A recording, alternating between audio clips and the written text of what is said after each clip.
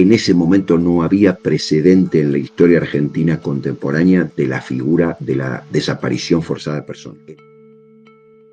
Zafé milagrosamente haciendo quilombo con otros compañeros, y cuando llegué a casa, muy cagado a palos, madrugada, mis viejos vienen a golpear la persiana de nuestra habitación que daba a la calle y nos levantamos, despertamos sobresaltados y escucho la voz de mi madre que dice: se llevaron a Claudia, abrí. Buenas a todos y a todas. Junto a un grupo de compañeros del sexto año nos empezamos a preguntar: ¿quién fue realmente María Claudia Falcone? ¿Cómo era ella en su vida cotidiana? ¿Qué hacía? La escuela eligió su nombre hace muchos ya 10 años. Sentíamos la necesidad de conocer más y mejor sobre ella. Gracias a la gestión del equipo directivo pudimos conocer a Jorge Chiri Falcone, el hermano de María Claudia. Él nos permitió a través de sus recuerdos y memorias saber más sobre María Claudia, sus sueños, sus gustos, su militancia. Él desde la mirada de hermano mayor atesora sus recuerdos y la describe entre tantas otras cosas como una piba común, que a pesar de vivir a una cuadra del colegio, luchaba por el boleto estudiantil. Ahora sí que sí, las y los dejamos con la entrevista realizada en motivo de la elección de nuestro nombre. Le agradecemos a Jorge Falcone por su tiempo, sus palabras y el mensaje que nos dejó a todos y todas las y los estudiantes de la Escuela 53, María Claudia Falcone. ¿Cómo definirías a María? ¿Cómo era su carácter? ¿Tenía algún apodo ella? Cada vez que me hacen esa pregunta, lo primero que yo digo es, a nosotros nos vinculaba un sentido del humor muy corrosivo, comparable hoy con Peter Capusotto y sus videos. Un sentido del humor irrespetuoso, muy cítrico, muy demoledor. Los volvíamos locos a nuestros viejos, incluso cuando nos querían cagar a pedos, la réplica era burlarnos de una manera que la única alternativa que quedaba era cagarnos a palos, porque éramos muy zarpados en ese sentido. ¿Qué más decir de María Claudia?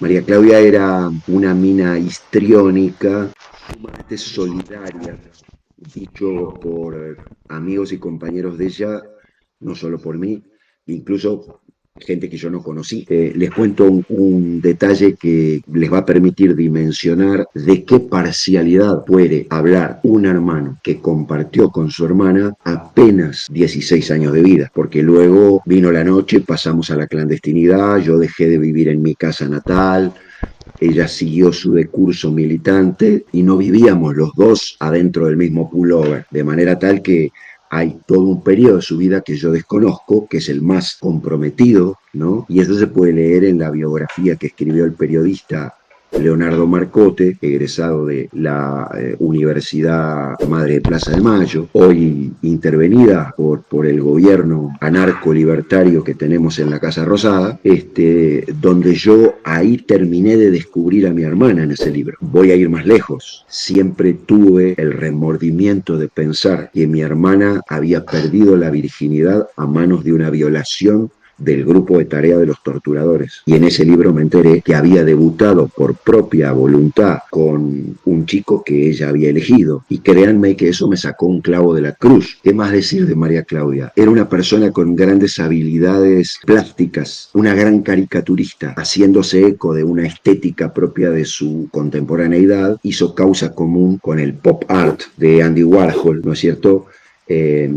Y sus diseños eran diseños muy hippies, si se quiere, ¿no? Hay una película de animación de Gerald Potterton basada en un tema de los Beatles que se llama Yellow Submarine. Ahí van a encontrar la estética a la que estoy haciendo referencia, ¿no? Sus expresiones plásticas eran esas. Yo siempre masculinizaba a María Claudia por pelotudo, porque no encontraba la manera de interactuar con un otro femenino, y como nuestros juegos a veces eran bruscos, en aquel momento había un programa televisivo de lucha libre, de catch, cuyo personaje emblemático era Martín Karadagian, vitalicio campeón de catch armenio.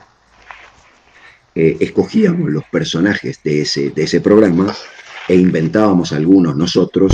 Éramos muy cómplices en la lidia con algunas arbitrariedades de nuestros padres. En marzo de 1975, cuando la Universidad Nacional de La Plata se intervino mediante una acción bastante fascistoide, ¿no es cierto?, que llegó a la Facultad de Ciencias Médicas, donde yo, en un momento de desorientación vocacional, porque después me dediqué de lleno al cine, que era y es mi pasión, intentaron secuestrar ocasión zafé milagrosamente haciendo quilombo con otros compañeros, y cuando llegué a casa, muy cagado a palos, le pedí a María Claudia que intermediara con mis viejos, que mediara esa situación porque yo me iba a borrar de la casa porque podían caer a buscarme allí. Era un periodo en el cual había organizaciones estudiantiles muy ligadas a esa visión conservadora del peronismo, pero no solo eso, sino que dispuestas a ejercer una acción directa punitiva contra quienes teníamos una perspectiva revolucionaria del peronismo, que teníamos una actitud anticapitalista directamente. Y bueno, y María Claudia me segundió como la gran puta y esas cosas siempre me enternecen porque durante mucho tiempo consideré que fue la mejor interlocutora existencial que yo tuve en la vida. Probablemente lo siga siendo. ¿Cómo era su relación con ella? ¿Cómo se llevaban como hermanos? Yo me hortivé algunas veces con ella porque en su periodo de militancia más comprometida, por momentos sentía que ella tenía una actitud un tanto temeraria, pero sí entendíamos que teníamos en la vereda de enfrente a un enemigo atroz dispuesto a cualquier cosa con tal de defender sus privilegios y que no nos podíamos regalar. Entonces, yo pude haber caído en alguna ocasión en el lugar común del hermano mayor, que genera algún tipo de reprimenda. En el año 76, ¿no? Ella tenía una excelente relación con mi ex esposa. Cuando salíamos ahí en el auto de mis viejos, de la casita que yo tenía en el barrio del Turf, del Hipódromo de La Plata, me acuerdo de haberle dado 2 palmadas en el bocho, enojado, planteándole que se cuidara más, ¿no es cierto? Porque sentía que venía con sus compañeros de la UES como muy cebada, muy temeraria, muy turbinada en la idea de que estábamos para vencer o morir, ¿no? Y por ahí, bueno, un hermano mayor entendía que eso no era tan sencillo y bueno, después la realidad lo demostró. Pero hubo una crónica testimonial novelada que escribí en el año 2001 que se llama Memorial de Guerra Larga, donde yo hago una crónica testimonial novelada de todo el periplo militante en primera persona. Cuando vos te enterás de la desaparición de ella, ¿qué sentiste? ¿Qué se te pasó por la cabeza, no? Y de madrugada mis viejos vienen a golpear la persiana de nuestra habitación que daba a la calle y nos levantamos, despertamos sobresaltados y escucho la voz de mi madre que dice: se llevaron a Claudia, abrí. Hay que situarse en esta situación o no lo van a entender. En ese momento no había precedente en la historia argentina contemporánea de la figura de la desaparición forzada de personas. Entonces, la traducción de la frase "se llevaron a María Claudia" era, para los militantes, la detuvieron a disposición del Poder Ejecutivo Nacional. Punto y aparte. ¿Qué sentí? Se abrió la tierra bajo mis pies. No recuerdo un pavor, porque la palabra no sería temor ni miedo. No recuerdo un pavor como ese. Si te lo tuviera que describir, tartamudeaba. Cuando le abrí la puerta a mi viejo y entraban, me corría un frío por la espalda y una sensación de ahogo. Levantamos todo porque María Claudia conocía ese domicilio que nosotros no lo habíamos dado a conocer a mucha gente porque, insisto, estábamos clandestinos, que en ese caso solo lo conocían mis viejos, bueno, y Claudia por ser los parientes inmediatos, y un matrimonio de compañeros compartían ese techo con nosotros. Todos los recaudos para entrar y salir de la casa, con márgenes de tolerancia por si alguno tardaba en volver, porque si eso ocurría, te tenías que ir al carajo. Y la lógica de esa época era, primero, aguantar 72 horas y si no aparecía la persona, borrarte, porque se infería que la estaban torturando y podía delatar ese domicilio. A medida que nos fuimos enterando que la tortura iba siendo cada vez más rigurosa, esas 72 horas se convirtieron en 48 y se convirtieron en 24. 2 días después, los grupos de tareas cayeron a ese departamento. O sea, María Claudia aguantó 48 horas, como teníamos acordado. Eso sentí, Enrique. Cuando ella no estaba en la militancia, ¿qué hacía? ¿Salía, leía?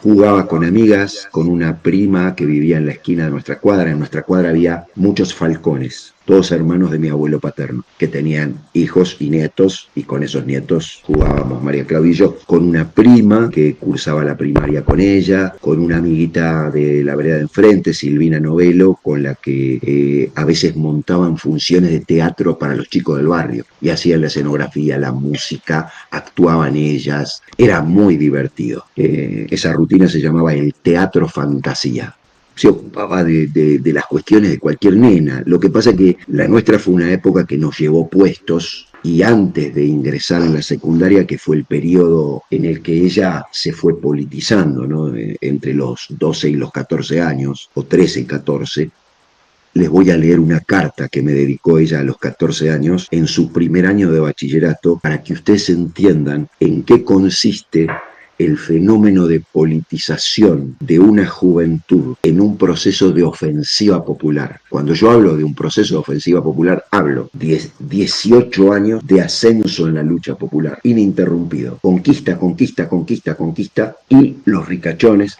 acorralados por nosotros, en esa circunstancia estoy hablando, se generan los cuadros políticos de mayor nivel ideológico, organizativo, etc. Escuchen esto. La Plata, 5 de febrero de 1974. A mi compañero y hermano. Empecé el cursillo en Bellas Artes. Estoy en primero C. Me están preparando en matemática, lenguaje y sociales. En matemática tenemos a Tesone, llamada, profesor que hizo enamorar de las ciencias exactas a varias generaciones de estudiantes platenses. Cada vez que menciono un nombre propio les voy a traducir de quién se trata. Azuki, llamada, profesora de historia militante de la Juventud Trabajadora Peronista, nunca pedía nombres ni fechas, solo conceptos. Siempre reordenaba el curso en forma circular para que todos se vieran la cara en pie de igualdad. Está detenida, desaparecida. Azuki también. Estamos recibiendo una enseñanza completamente distinta a la que recibiste vos en Bellas Artes. Me dice, porque yo cursé en una dictadura, ¿no? Entonces, eran más chotos los profes que yo tuve. Porque ahora, por ejemplo, en castellano tenemos un profesor nuevo que estoy segura que es de la JP, puesto que nos enseña todo con doble sentido, como si fuera, comillas, En la selva hay mucho por hacer, de Mauricio Gatti, llamada Preso Tupamaro, que desde el penal de Libertad en Uruguay envió a su pequeña hijita un libro de cuentos de la selva diseñado por él, que traducía con animales la explotación del hombre por el hombre. Eso tiene que ver con la cita esta. ¿Te das cuenta?, me dice.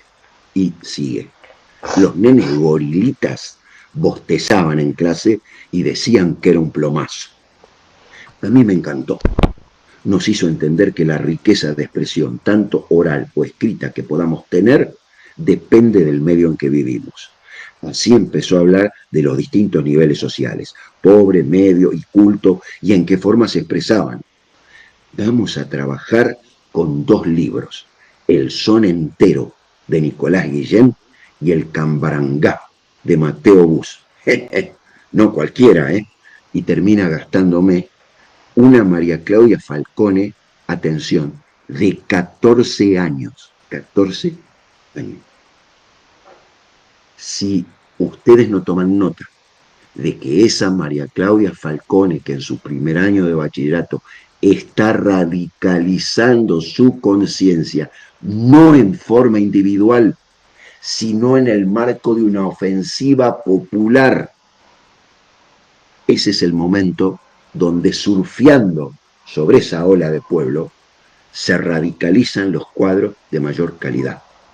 Yo estoy hablando con chicos que llegan a esta instancia en otro contexto, donde ustedes tienen que lidiar cotidianamente con haters forzados durante un confinamiento sin viaje de fin de curso, que salieron al ruedo